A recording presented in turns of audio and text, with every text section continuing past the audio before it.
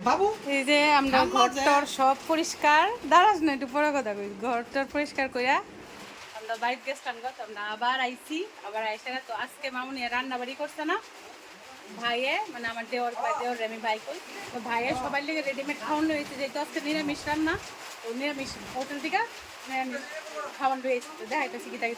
কিতা লইছে তো দেখাইতাম না ইচ্ছা দুধ দুরা ফাড়ি তুলে দেখাইতেছি এই যে লেবু দিচ্ছে যে অবস্থা লেবু আর এটার মধ্যে কিটা আছে আলু ভাজা ভাত আর এটি মনে সব তরকারি আর ডাইল দি পুরা জলের মতো ডাইল এই যে পাতলা ডাইল সবাই লিখ কিতা জানি তরকারি আছে তাই না অনেক খাইতে বসে বাকিটা কই তারু আয়ো দৌয়ে মামনি বলে তরকারি দিব হ্যাঁ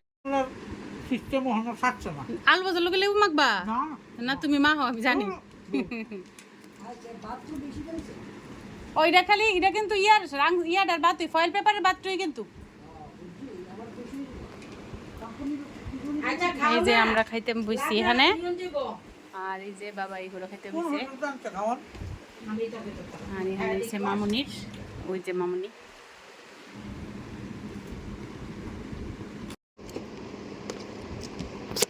লঙ্কা আছে আমি না নাইকো আনতাছি আমি দাঁড়া না না বৃষ্টি ভিজে তোমার যাওয়া লাগতো না একটা লঙ্কাও দিছে না ডাইলটার মধ্যে মানে সস্তি হোটেলের ইয়ে খাও না আমারও তো বড় বুঝুনি কিছু নাই তো এটা তো হে জানে তো এটা তো এসে খাওন লই আই নাই দে ও জানে একবার দেখাইলা ডাইল আলু ভাজা খাওয়ান স্টার্ট করলাম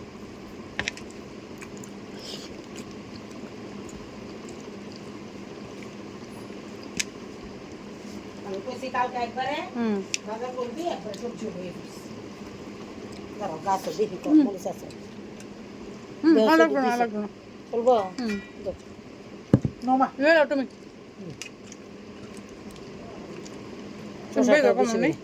শশা বলে চুলায় খাওয়ান না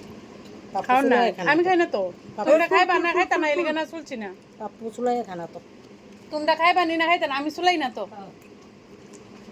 আমি কোন সময় চুলাই খাই না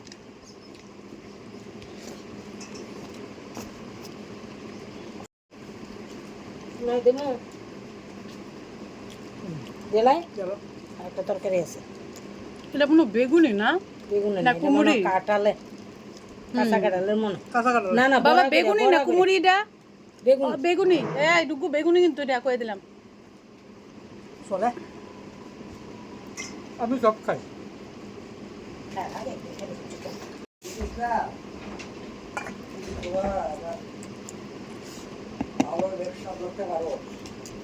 ডুগু দাঁড়ে বাবা অনেক সময় তো কমে অঞ্চলে ভালো ব্যবসা হয় না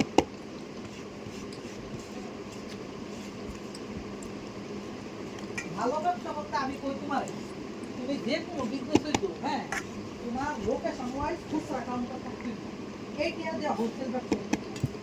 তুমি যেটা কথা যাবে তুমি ডিলার ডিস্ট্রিবিউটর এই টাকা দিয়ে আর ডিলার ডিস্ট্রিবিউটর ব্যবসা হতো না ডিস্ট্রিবিউশন বিজনেস করতে মূলা জানো এত প্রিয়